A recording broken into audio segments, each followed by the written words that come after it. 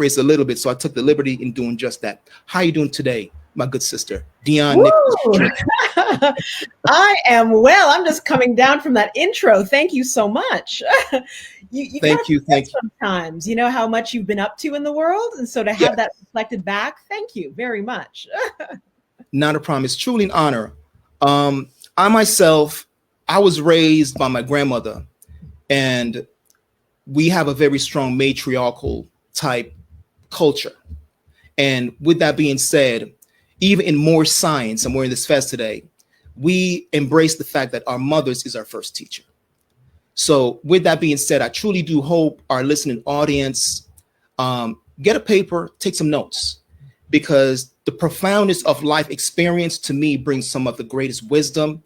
And when we have one such as yourself that can reach back and truly be vulnerable enough to open up your life and says, let me give you chapter and verses. So hopefully you don't fall into the same pits or mishaps or misjudgment that I might have fallen into. So with that being said, I just want to open up with a question. 20 years of corporate America, you walked away from that as a single mom at 40. What was the turning point that gave you the courage to reinvent your life in such a drastic way?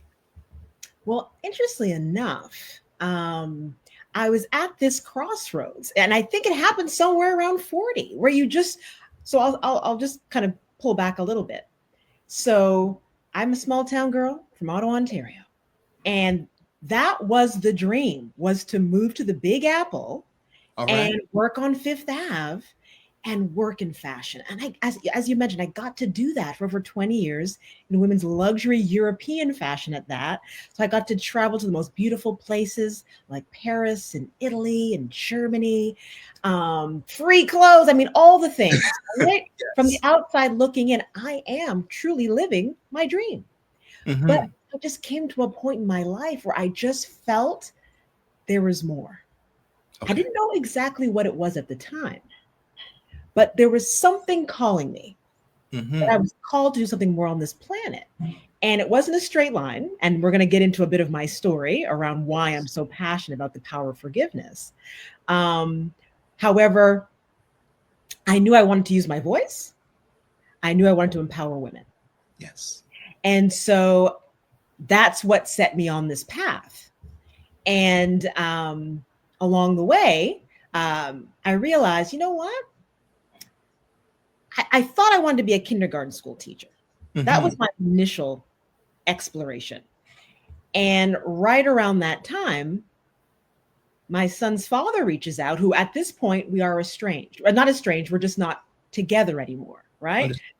And he says, Dionne, I want to launch a financial literacy youth program. Will you help me? Wow. And I said, well, it's still educating.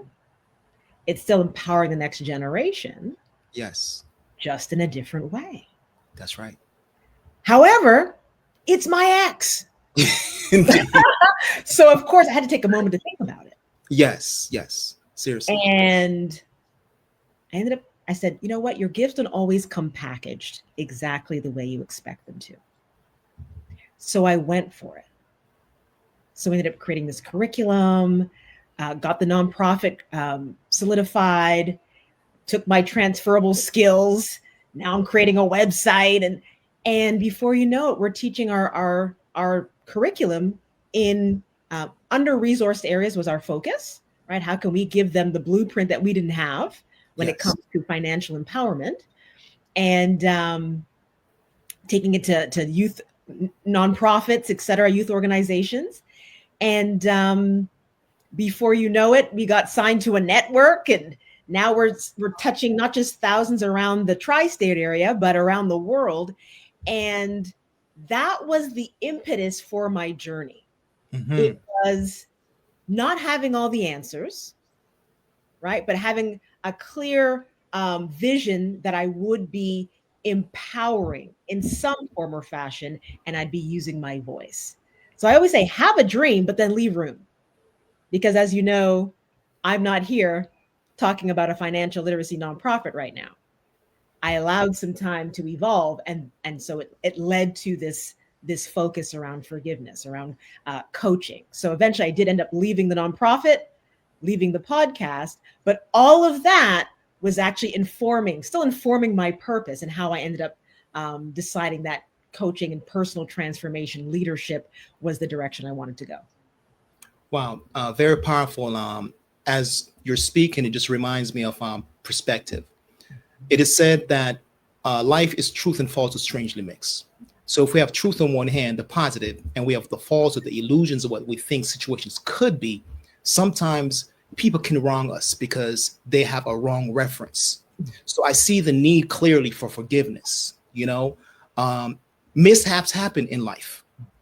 And it's just interesting, the maturity and the sobriety, and like you said in the book, emotional intelligence that one must have, whether it be in the workplace, at home, to truly be able to now impart, whether it be with their mate or just current employees and different people that we have to interact with. Clearly, like you said, to work with your child's father, the betrayal was right there. And, you transform that energy, now have it become your driven purpose. Can you speak a little deeper into just the leadership approach and style that you've now taken as a result? Ooh, I love how you said that, though, and how I transformed or shifted my energy. Yes. That's a big part of it. We are always at choice in every moment. I could be the victim. Wow. Or I could choose to be the generator of my experience, the victor over my circumstance. Yes. So translate that into leadership skills. That's emotional regulation. That is emotional intelligence. Right? Yes. When you can slow down, as you said, get a wider perspective on things, you can make more clear and more empowered decisions. And one of the foundational tools that I use when it comes to forgiveness is what it looks like to live out of your commitment. It's a very powerful place to come from, because I could have easily gone the bitter woman scorned route. That's easy. Yes, just indeed. feed into my emotions, be reacting from that place. But the fact I could step back and ask myself, right? Think about what you're thinking. What am I committed to? And what I was committed to was my son's well-being. I mean, it was my future, right? Being able to heal so I could create the next chapter of my life, make room for that good love. But I was also on a purpose search at that time. So if I'm going to make room for my next chapter, again, you got to heal your heart, because that also blocks you from a spiritual standpoint, not just a mental and emotional standpoint, not to mention physical. Yes. But above and beyond all of that, I knew what I was committed to. That my son would know, whether his two parents were together or not, that he had a united front, that he was loved, and that he had his back. Wow. That's what I was committed to. Wow. And by living and making my decisions and showing up for my commitment is why we were able to create a really healthy, loving, supportive co-parenting relationship where we could take family trips together. I mean, even to this day, my husband and I on Thanksgiving, so my son doesn't have to feel pulled between two houses every holiday, we bring the turkey. We go to his dad's house. We can all stand around the table and pray. All because I decided to choose from my commitment instead. Wow. I'm just giving you a tidbit. We don't have enough time. But yes. Understood. Yeah, that's what's possible. And as you can see, it also now has informed my purpose. I was committed to something greater than me, right? My son, my purpose, happiness, my future relationship, right? I was able to make room for my I believe my kingdom partner, my husband, right? So wow. Everything you're saying is just so in line with a common sense approach to life. And what I mean by that is, it is said by all the various different grade perspective, whether it be religion, etc., the acknowledgement that life came from a man and a woman, a garden. And we think about a garden, it's always about the soil and making a commitment to the soil. We know women are the soil. Men bring forth the seed. being able to now stand by that commitment and that support. What comes out of the garden needs to basically, like you said, go beyond. So will the fruit of our garden go beyond us? Can I feed a future generation? What am I imparting to my seed? That knowledge, that foundation. So for you to be able to bridge that gap, despite what seemed to be a rip, within the narrative, right? You basically owned your story, like you're saying, chapters and verses, like you're seeing the book. You're realizing that you're that book unfolded. And what is the book of Dionne saying as it pertains to this matter, at least the feminine aspect, right? To be able to balance that masculine aspect. So very profound how you approach betrayal. So clearly, deep life lessons learned. Now you've taken this from Canada. Now you're touching Italy, you're touching India, you're touching the United States. What are some of those universal patterns that you've now seen as it pertains to unforgiveness around the world? And what lessons can you now share with our audience that you've now also incorporate in your own life? Thank you for this question, because up to this point, what we've been talking about is forgiving others and the challenges that come with that, right? We all know how difficult that is. Yes. But what I have found as a life and leadership coach, working with clients all around the world, I just kept hearing these same recurring themes. Mm-hmm. And what I came to realize was, as humans, we're just really hard on ourselves. Mm-hmm. It's holding us back. I can't tell you how many times, and these are people at the top of their game. They're no slouches. I mean, they're CEOs or on the front lines, from tech to healthcare, you name it. Male and female, by the way. Yes. But very, very prominent when it comes to women, right? Imposter syndrome, all of that. But seeing the level of overwhelm, burnout, like so much stress we are putting on ourselves. Indeed. Because we are so unforgiving towards ourselves. That we are leaving money on the table. Wow. We are hindering our friendships, our relationships, right? Our colleague relationships,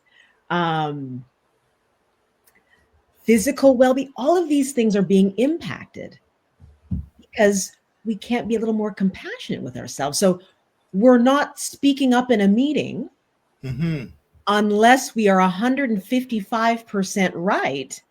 Because if I'm wrong, I'm going to beat myself up for weeks. I'm probably going to go to disaster thinking. At some point, they're going to find out I'm not qualified. There's the imposter syndrome, and they're going to fire me.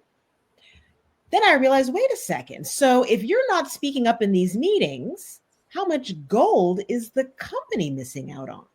Wow. So now innovation's being stagnated because, one, we don't feel safe, especially if the culture's toxic and it's very punitive, that if you make a mistake, you are punished or humiliated versus, and when I say cultivating a forgiving culture, it's not about letting things slide. It's not about not having accountability, Understood. But it's about learning, using that growth mindset approach where we are learning from our mistakes. Yes. Which is actually the iteration of innovation and success. Wow. So, yeah. How many times am I not going out for that stretch project or that promotion again, because I'm so hard on myself that I'm not even trying?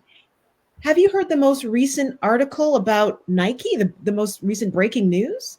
That they just changed after over 35 years.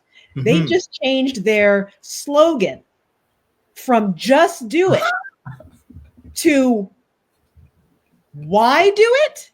Because our upcoming Gen Z generation is so hard on themselves. The perfectionism and comparison is at such a high level that they won't even try unless they're already good at it, because they're so hard on themselves, forgiving towards themselves. So this is permeating the workplace.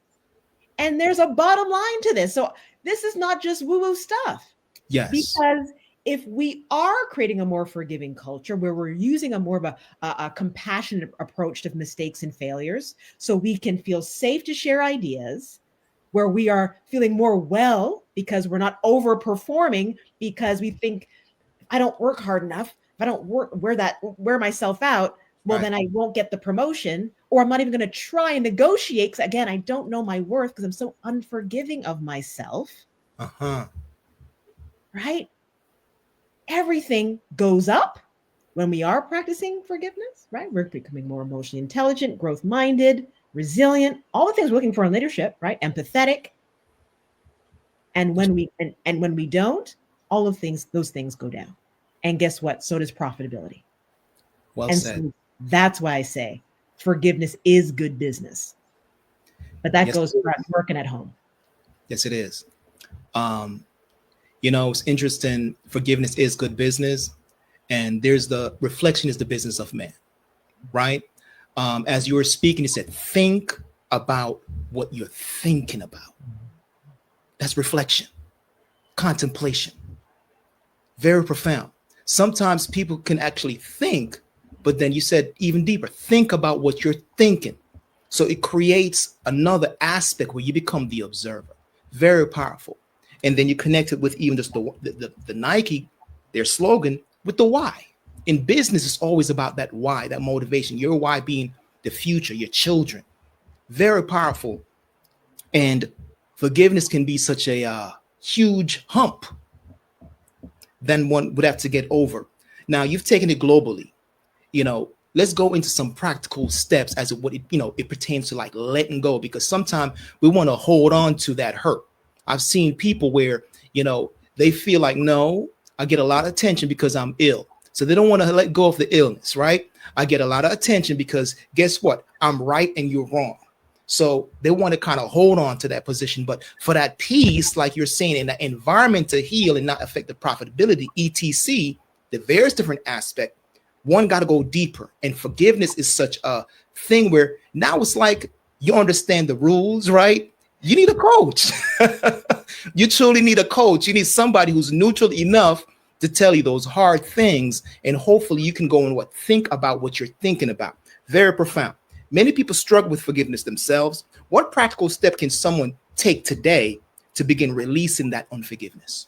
Ooh, I love this. And I love where you were going with it. Because as you said, it starts with mindset. It starts with breaking down those limiting beliefs. Yes. And think about it. What were we taught about forgiveness growing up? Not very much. or not the best behaviors, right? Yes. Nothing really that's supportive and truly helping us learn how to forgive. Indeed. So you're growing up with a lot of limited beliefs shaped either by culture. I mean, I come from a Caribbean background. My parents are from St. Lucia.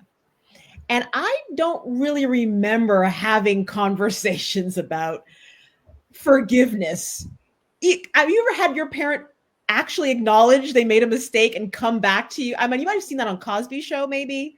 But I don't remember ever seeing, a parent in my family owning a mistake, actually asking forgiveness, even with family members. You might just, not see Uncle Wayne at the Thanksgiving Day table anymore. Understood. Yes. Speaking, right? So it's how do we break down, whether it's societal, right? We love cancel culture, right? It's powerful to hold the grudge and keep the feud going. These are all the things that we're getting that are learned behavior. Yes, it is. So it's reversing. How do we re-empower ourselves around the concept of forgiveness? And so that's the first and foremost. I teach forgiveness as an empowerment tool. Wow. Right? Because typically when I ask, what does forgiveness mean to you? The first thing that typically comes to mind is, as you were alluding to, it's weakness. But I say forgiveness is actually one of the highest forms of personal transformation. Wow. It is who you become on the other side of forgiveness. Or you choose it. I mean, I can attest to it. My life is unrecognizable. I keep choosing forgiveness. Mm-hmm. And notice I keep using that word choose. Yes. Forgiveness is an action. It's not a feeling. It's a deliberate act. It's a choice. Yes, it is. And then forgiveness is not about suppressing emotions. It's not compartmentalizing, right? It's really about facing what is. Mm-hmm. It's about processing the emotions, finding healthy ways to do so. That's So right. as you mentioned, it could be a coach. If it's something really, really traumatic, it might be a therapist, right? So it may also you may need to get support outside of, right? Most definitely. But I do offer some really practical tips and tools that you can use right in my book that I took from my programs. And how do I get this to more people? And Yes. that's why I packaged it into a book. Well said. Now, you mentioned reflection earlier, how powerful that is. Yes. Again, to help us think about our thinking, get deeper, wider perspective on the situation. And so that's even why I structured my book as a journal, Mm-hmm. to make forgiveness a mindfulness practice. Wow. How do we spend some time every morning and every night reflecting on the breakdowns, the hurts, the betrayals, the disappointments? And how do we have a healthy way to process that so we can get to a bigger, more empowered, way of looking at things? Mm-hmm. So journaling is huge. It's amazing when you get it out, because when it's swirling in here, right? Especially when it's towards yourself, shame and guilt, that's how it lives. It has to live in darkness. That's the only way. So when you get it out, the grip is loosened off of you. Wow. And then when you get it on the paper, and there's so much, neuroscience to show, but 30%, what is like the effects of journaling? It can just one journal entry can have 30%, like it could last the therapeutic benefit of it. Mm-hmm. I'm trying to remember the stats, but it's so powerful when you put pen to paper.